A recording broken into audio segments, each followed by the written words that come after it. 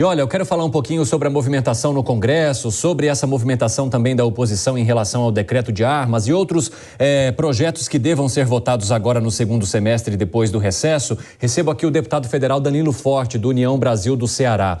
Deputado, seja muito bem-vindo, é um prazer recebê-lo aqui no Jornal Jovem Pan. Há pouco a gente debatia essa possível movimentação da oposição, tanto no Senado quanto na Câmara, para tentar derrubar parte ou totalmente o decreto de Lula sobre as armas no país. A gente sabe que, embora o União Brasil integre o governo, ele também se mantém independente ou até contrário em alguns assuntos e votações. Eu queria entender como é que o senhor enxerga essa discussão e como que o senhor pretende se posicionar em relação ao decreto de armas de Lula. Muito bem-vindo.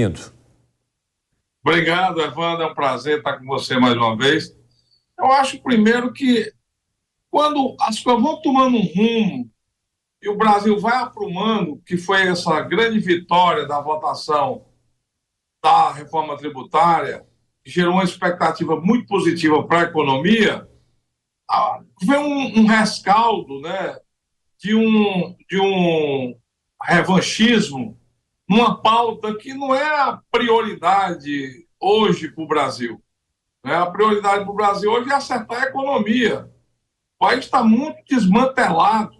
Quando a gente pensava que a expectativa ia melhorar por causa da reforma tributária, do arcabouço, que o PIB ia voltar a crescer, a economia ia voltar a crescer, nos decepcionamos com a diminuição do PIB em 2% agora em junho, o que reflete negativamente para o próximo semestre. Então, mesmo com essa mudança do rate, da nota do Brasil, do BB- para o BBB, não é muito significativo, só tirou o menos. Né? O que é significativo mesmo é o ajuste interno que o Brasil precisa fazer e o esforço coletivo que está sendo feito para isso. O Congresso Nacional, a Câmara dos Deputados, colocou a cara, né? O presidente Arthur Lira se propôs a entregar a reforma mais importante que o Brasil precisa hoje, que é a reforma tributária, e vem aí uma discussão de uma pauta que não é consenso, é uma pauta que, inclusive, cria, né, por exemplo, para a comunidade rural, para os atletas, os desportistas que têm no tiro uma atividade esportiva. Eu tenho um sobrinho que é campeão brasileiro de tiro de rifle. Ele vai ficar impedido de praticar o hobby dele? Rapaz de 45 anos de idade, tem, né, todas as premissas, tem porte de arma, tem tudo, e agora fica sendo tratado como? Não é assim que as coisas são feitas. O Brasil vai deixar de disputar nas Olimpíadas de Paris as atividades de tiro, porque os clubes de tiro vão ser todos fechados? Então, eu acho que é uma coisa extemporânea, descabida, que não ajuda o Brasil nesse momento. Infelizmente, essa mudança de roteiro já atrapalha, inclusive, o início de um semestre que poderia ser muito produtivo para o Congresso Nacional, no embalo do que a gente via na conclusão do primeiro semestre. Ô, deputado, só para eu entender então, o senhor não estava fazendo uma crítica ao movimento da oposição, mas sim ao fato de o governo puxar essa pauta nesse momento em que a economia seria mais importante. Sem sombra de dúvida. Sem sombra de dúvida. Os brasileiros estão muito empobrecidos.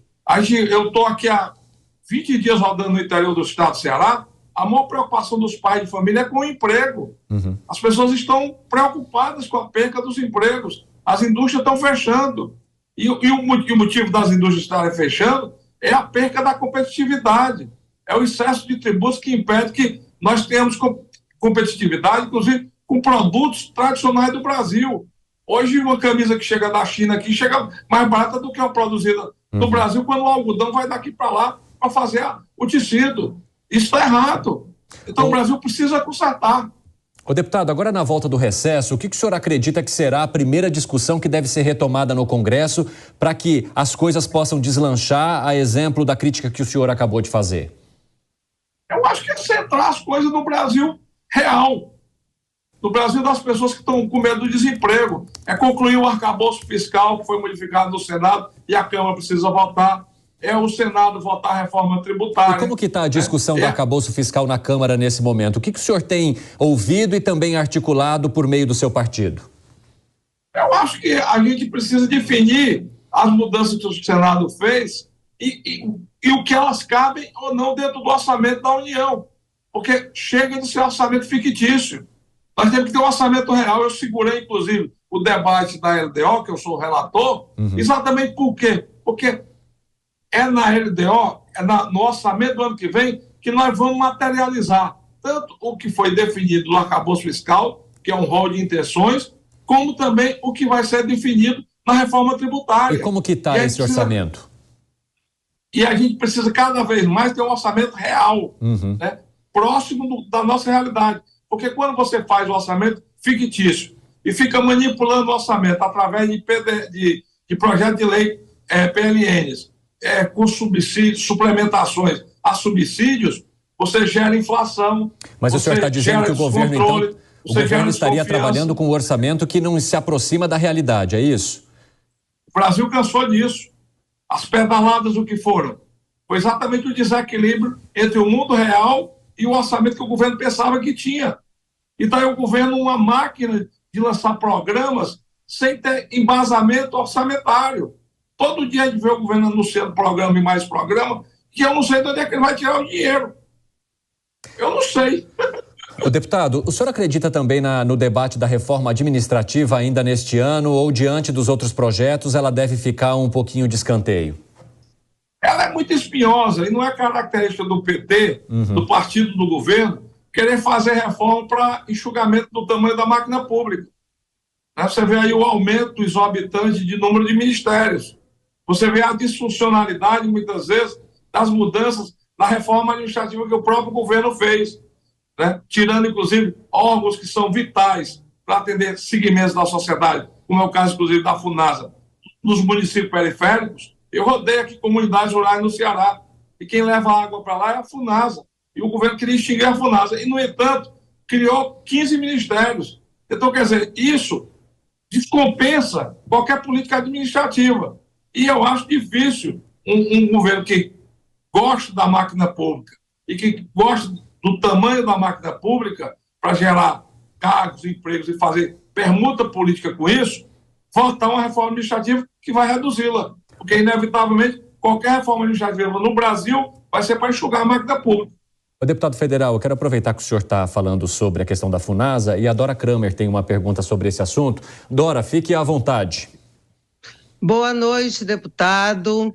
Eu queria que o senhor esclarecesse o seguinte: quando começou essa conversa da FUNASA, eu vi uma entrevista sua, o senhor que já presidiu a FUNASA durante tanto tempo, dizendo o seguinte: não podemos entregar a FUNASA para a negociação política, tá? Não podemos entregar para um político, não foi isso que o senhor disse?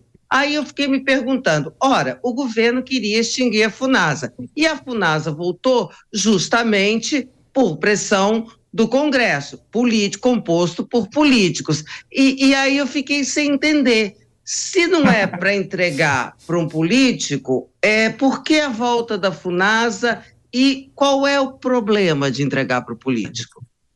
A FUNASA, Dora, obrigada pela pergunta, belíssima pergunta, você como sempre, fantástico.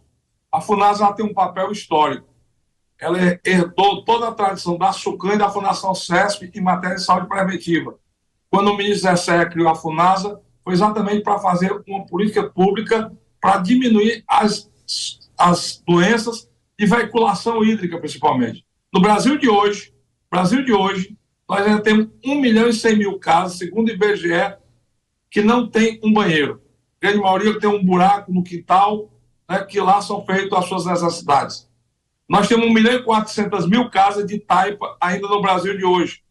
Abrigo natural no país tropical e quente como o nosso para o barbeiro. E aí a doença de Chagas. Nós temos 2/3 da população brasileira que não tem acesso a esgotamento sanitário. Nós temos 1/3 da população brasileira que não tem água tratada. Então, nos pequenos municípios, nas comunidades rurais, nos quilombolas, quem ia lá era a FUNASA. Quando eu fui presidente da FUNASA, você lembra disso? Eu tirei 34 ONGs da FUNASA naquela época dos escândalos da saúde indígena. Foi um problema sério. Mas naquela e época o senhor é um político, por que não vai entregar agora? Qual é o problema de entregar para o político? Naquela época eu não era, naquela época eu era técnico. Depois, quando eu saí de lá, foi que eu fui deputado. Mas deixa eu chegar onde eu quero. Então, a FUNASA ela foi diminuindo. Eu tinha, naquela época, 420 engenheiros da FUNASA.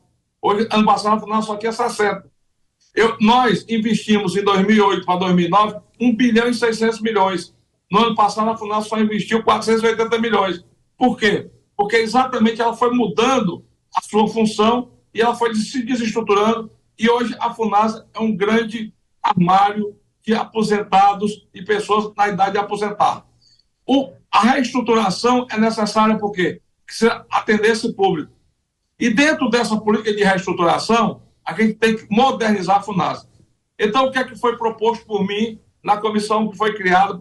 O Brasil participou, eu, a senadora Daniela e o senador Irã, a Casa Civil, a SRI, o Ministério da Saúde, o Ministério das Cidades e o Ministério da Gestão. O que é que eu propus? Vamos fazer uma comissão técnica. Eu conheço a FUNASA, o Padilha também conhece a FUNASA. O Padilha foi diretor de saúde indígena no nosso tempo de FUNASA. Vamos identificar técnicos comprometidos com a instituição. Vamos pegar os técnicos desses ministérios de ações afins e fazer um programa de reestruturação e um organograma de trabalho para dar estrutura para a FUNASA. E isso não foi acolhido. Nesse período que é 30 dias, aí não cabe o debate político. Inclusive, eu disse isso muito claro. Agora não cabe botar político aqui, porque é a estruturação técnica do órgão. Depois que ela estiver estruturada, depois que ela estiver definida no seu organograma, no seu planejamento de trabalho, aí ela entra de novo na discussão política. Mas nesse primeiro momento, se é para reconstruir em bases sólidas, como foi no passado, a gente precisa ter um organograma feito por técnico. Até porque, se ele não fizer dessa forma, botar na disputa política, o que é que vai acontecer? Eu sei o que é a briga política. Eu conheço isso, eu sou político. Né? Hoje eu sou deputado, naquela época eu não era. Então, se entrar na barganha, vai proteger um partido A, o partido B, o corpo técnico se reincorpora, o governo não atende às demandas do órgão para poder fazer sua reestruturação e ela vai, de novo, cair no cadafalso. Deputado federal Danilo Forte, do União Brasil do Ceará, muito obrigado pela participação. Infelizmente, Capês, não consigo abrir um espaço para você fazer pergunta, porque o nosso tempo chegou ao fim. Meu professor, dos maiores professor de Direito Penal do Brasil. Pois é, mas ele está falando bastante com a gente aqui, comentando bastante hoje. Eu gosto dele, eu gosto dele. Um abraço, eu assisto muito da Jovem Pan. Deputado, obrigado e uma boa noite para o senhor. Obrigado, boa noite. Até mais. Obrigado, gente.